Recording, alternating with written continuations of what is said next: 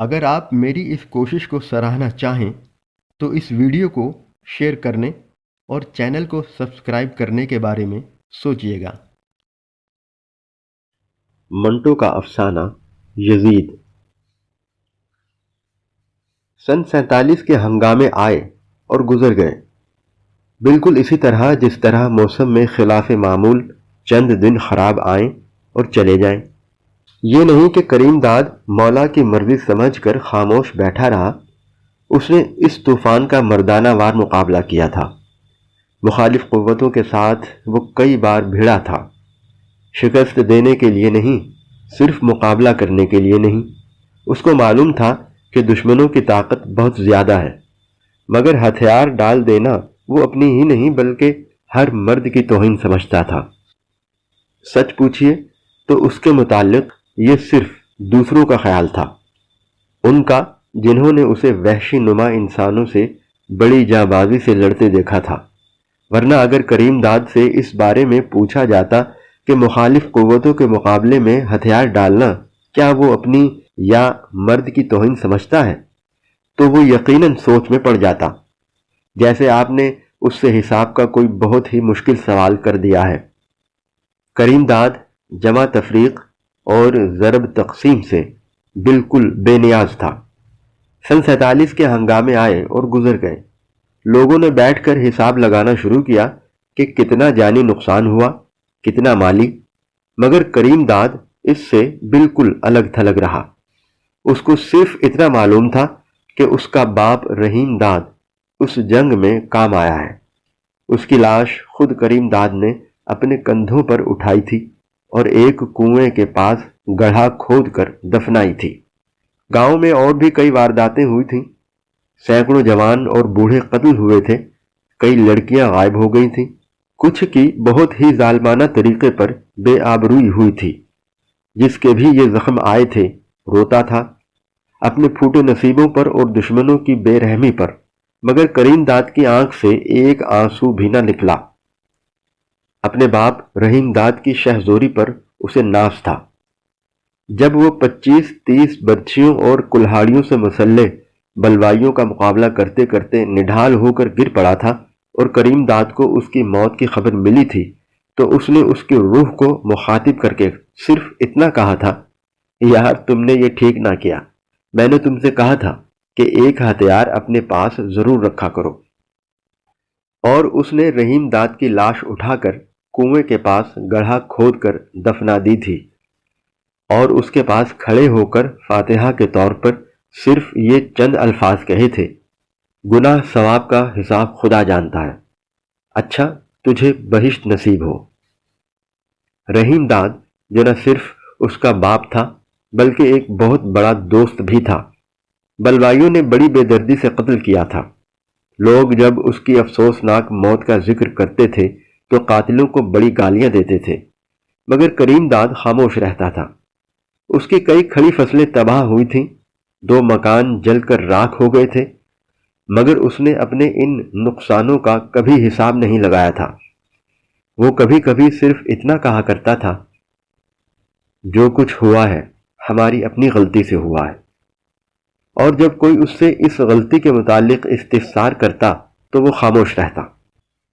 گاؤں کے لوگ ابھی سوگ میں مصروف تھے کہ کریم داد نے شادی کر لی، اسی مٹیار جینا کے ساتھ جس پر ایک عرصے سے اس کی نگاہ تھی۔ جینا سوگوار تھی، اس کا شہتیر جیسا کڑیل جوان بھائی بلووں میں مارا گیا تھا۔ ماں باپ کی موت کے بعد ایک صرف وہی اس کا سہارا تھا۔ اس میں کوئی شک نہیں کہ جینا کو کریم داد سے بے پناہ محبت تھی، مگر بھائی کی موت کے غم نے یہ محبت اس کے دل میں سیاہ پوش کر دی تھی۔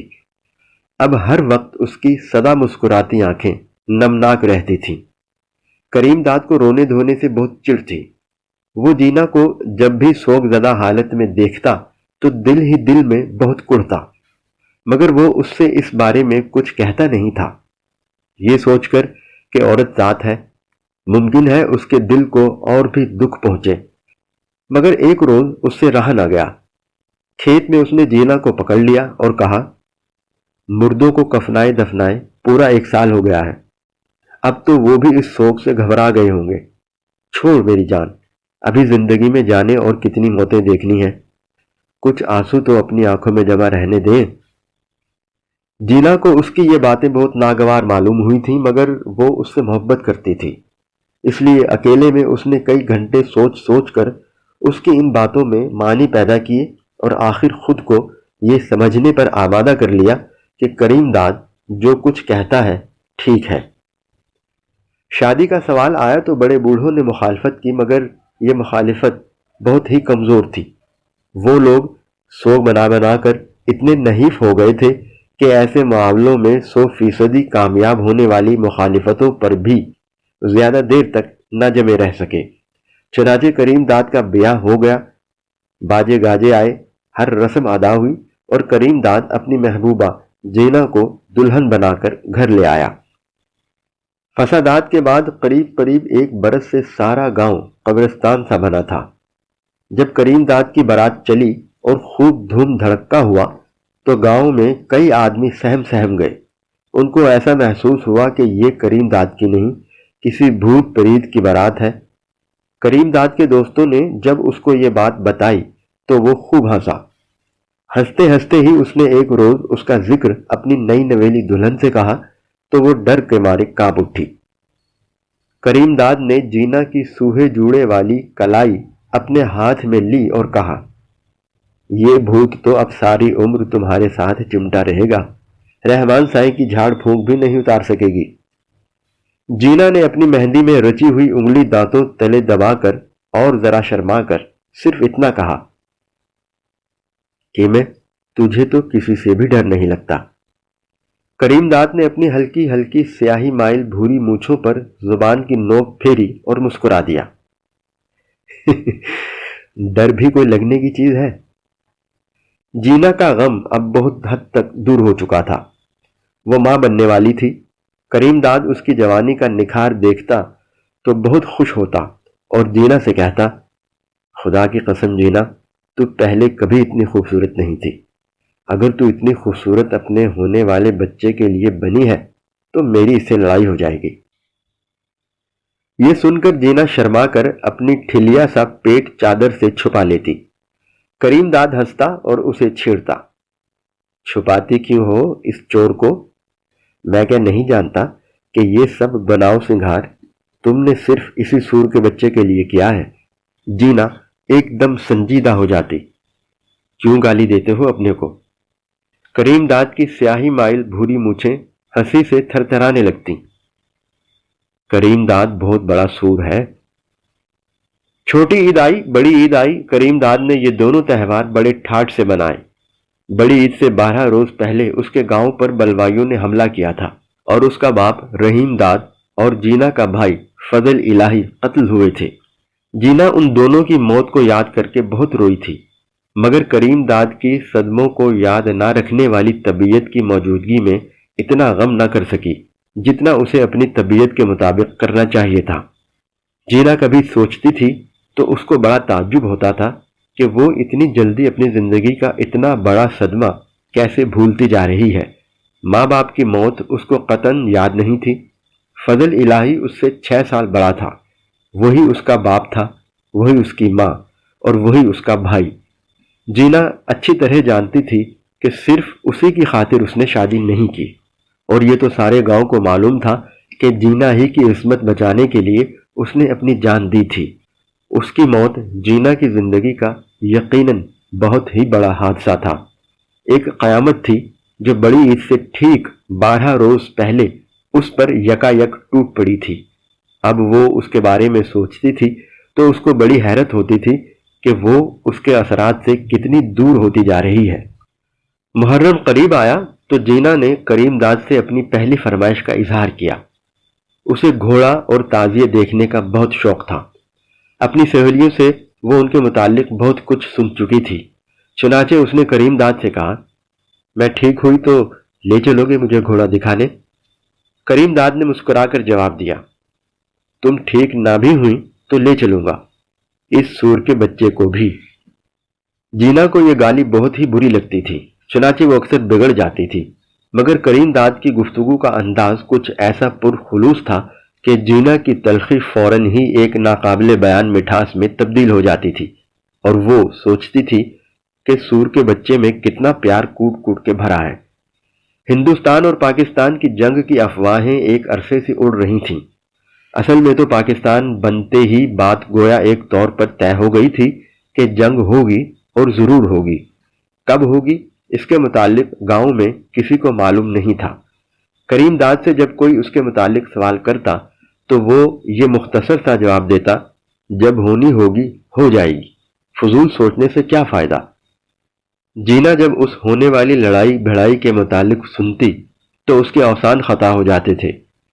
وہ تبند بہت ہی امن پسند تھی، معمولی تو میں سے بھی سخت گھبراتی تھی۔ اس کے علاوہ گزشتہ بلووں میں اس نے کئی کشت و خون دیکھے تھے، اور انہی میں اس کا پیارا بھائی فضل الہی کام آیا تھا۔ بےحد سہم کر وہ کریم داد سے صرف اتنا کہتی کہ میں کیا ہوگا۔ کریم داد مسکرا دیتا، مجھے کیا معلوم، لڑکا ہوگا یا لڑکی۔ یہ سن کر جینا بہت ہی زچ بچ ہوتی، مگر فوراً ہی کریم داد کی دوسری باتوں میں لگ کر ہونے والی جنگ کے متعلق سب کچھ بھول جاتی۔ کریم داد طاقتور تھا، نڈر تھا، جینا سے اس کو بے حد محبت تھی۔ بندوق خریدنے کے بعد وہ نشانے کا بہت پکا ہو گیا تھا۔ یہ سب باتیں جینا کو حوصلہ دلاتی تھیں، مگر اس سب کے باوجود ترنجنوں میں جب وہ اپنی کسی خوف زدہ ہمجولی سے جنگ کے بارے میں گاؤں کے آدمیوں کی اڑائی ہوئی ہولناک افواہیں سنتی تو ایک دم سن سی ہو جاتی۔ بختو دائی جو ہر روز جینا کو دیکھنے آتی تھی، ایک دن یہ خبر لائی کہ ہندوستان والے دریا بند کرنے والے ہیں۔ جینا اس کا مطلب نہ سمجھی۔ وضاحت کے لیے اس نے بختو دائی سے پوچھا، دریا بند کرنے والے ہیں؟ کون سے دریا بند کرنے والے ہیں؟ بختو دائی نے جواب دیا، وہ جو تمہارے کھیتوں کو پانی دیتے ہیں۔ جینا نے کچھ دیر سوچا اور ہنس کر کہا، موسی تم بھی کیا پاگلوں کی سی باتیں کرتی ہو، دریا کون بند کر سکتا ہے، وہ بھی کوئی موریا ہے۔ بختو نے جینا کے پیٹ پر ہولے ہولے مالش کرتے ہوئے کہا، بی بی مجھے معلوم نہیں، جو کچھ میں نے سنا تھا تمہیں بتا دیا۔ یہ بات اب تو اخباروں میں بھی آ گئی ہے۔ کون سی بات؟ جینا کو یقین نہیں آتا تھا۔ بختو نے اپنے جھریوں والے ہاتھوں سے جینا کا پیٹ ٹٹولتے ہوئے کہا، یہی دریا بند کرنے والی۔ پھر اس نے جینا کے پیٹ پر اس کی قمیض کھینچی اور اٹھ کر بڑے ماہرانہ انداز میں کہا، اللہ خیر رکھے تو بچہ آج سے پورے 10 روز کے بعد ہو جانا چاہیے۔ کریم داد گھر آیا تو سب سے پہلے جینا نے اس سے دریاؤں کے متعلق پوچھا۔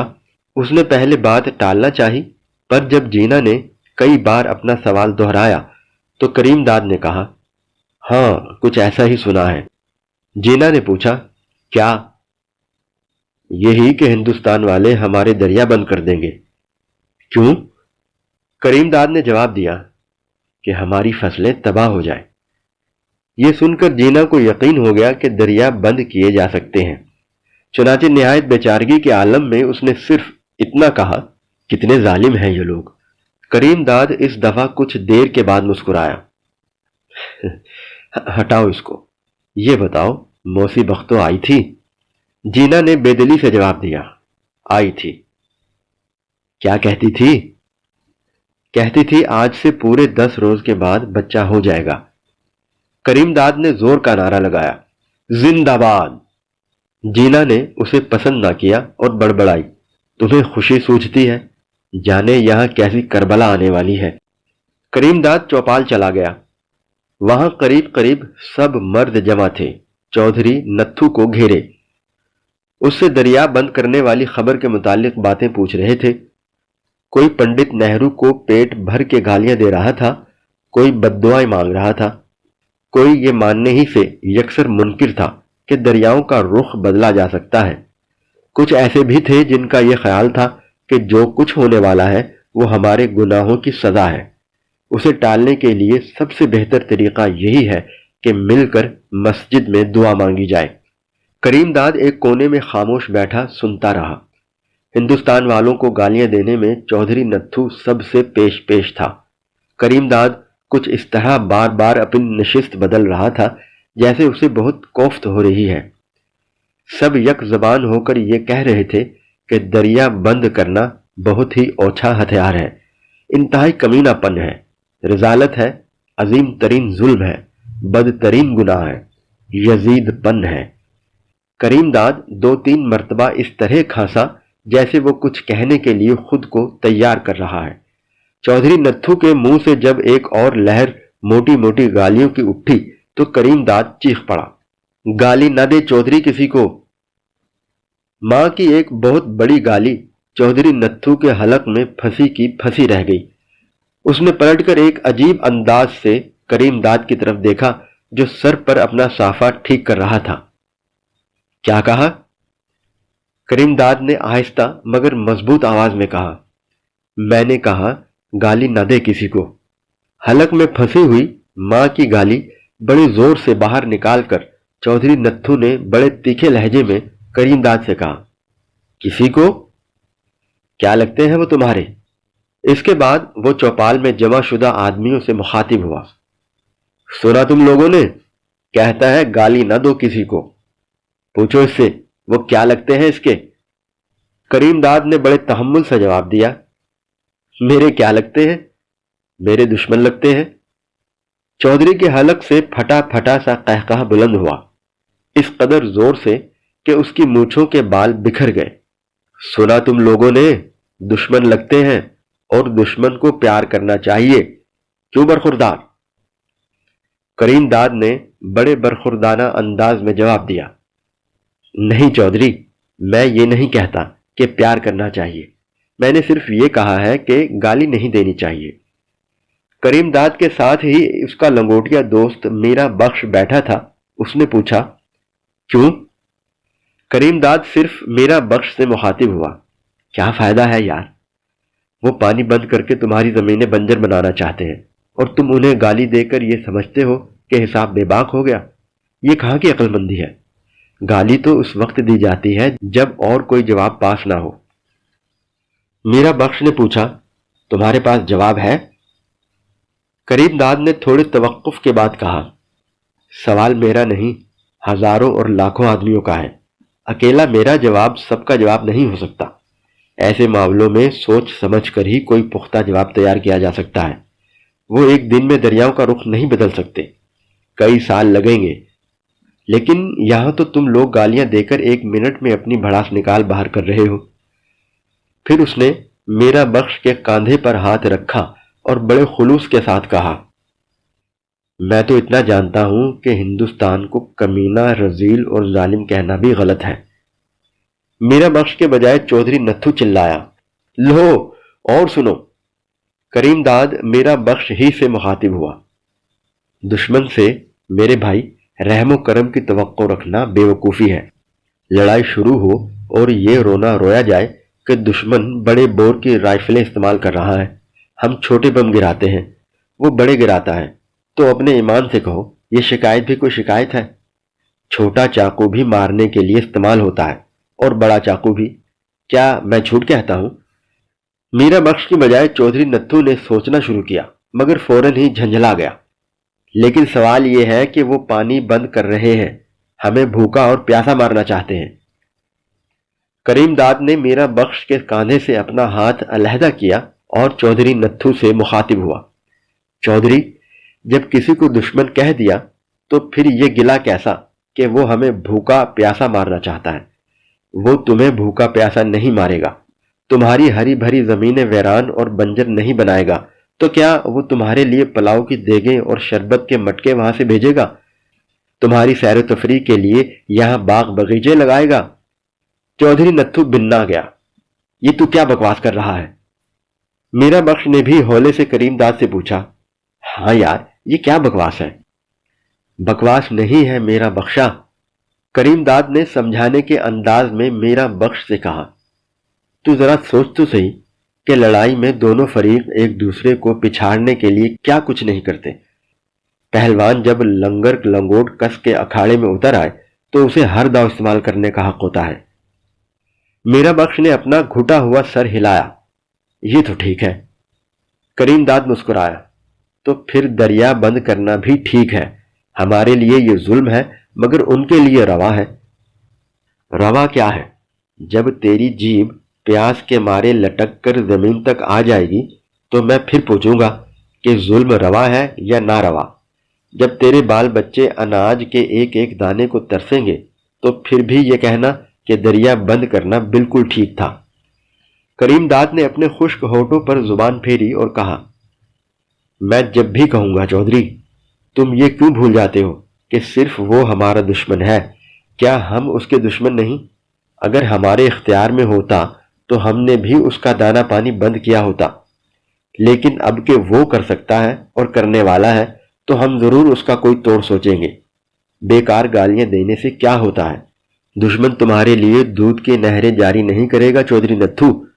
اس سے اگر ہو سکا تو وہ تمہارے پانی کی ہر بوند میں زہر ملا دے گا۔ تم اسے ظلم کہو گے، وحشیانہ پن کہو گے، اس لیے کہ مارنے کا یہ طریقہ تمہیں پسند نہیں۔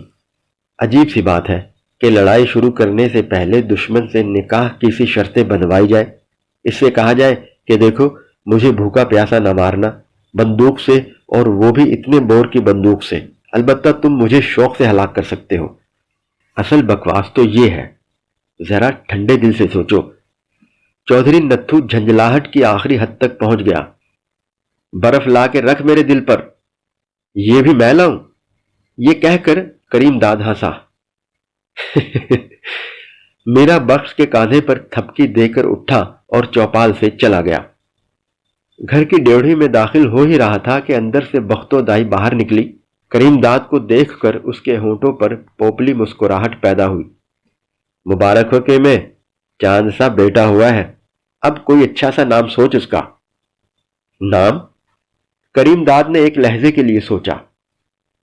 یزید، یزید۔ بختو دائی کا منہ حیرت سے کھلا کا کھلا رہ گیا۔ کریم داد نعرے لگاتا اندر گھر میں داخل ہوا۔ جینا چارپائی پر لیٹی تھی، پہلے سے کسی قدر زرد۔ اس کے پہلو میں ایک گل گوتھنا سا بچہ چپڑ چپڑ انگوٹھا چوس رہا تھا۔ کریم داد نے اس کی طرف پیار بھری فخریہ نظروں سے دیکھا اور اس کے ایک گال کو انگلی سے چھیڑتے ہوئے کہا، اوئے میرے یزید۔ جینا کے منہ سے ہلکی سی متعجب چیخ نکلی۔ یزید؟ کریم داد نے غور سے اپنے بیٹے کا ناک نقشہ دیکھتے ہوئے کہا، ہاں یزید، یہ اس کا نام ہے۔ جینا کی آواز بہت نحیف ہو گئی۔ یہ تم کیا کہہ رہے ہو کہ میں یزید؟ کریم داد مسکرایا۔ کیا ہے اس میں؟ نام ہی تو ہے۔ جینا صرف اس قدر کہہ سکی، مگر کس کا نام؟ کریم داد نے سنجیدگی سے جواب دیا، ضروری نہیں کہ یہ بھی وہی یزید ہو۔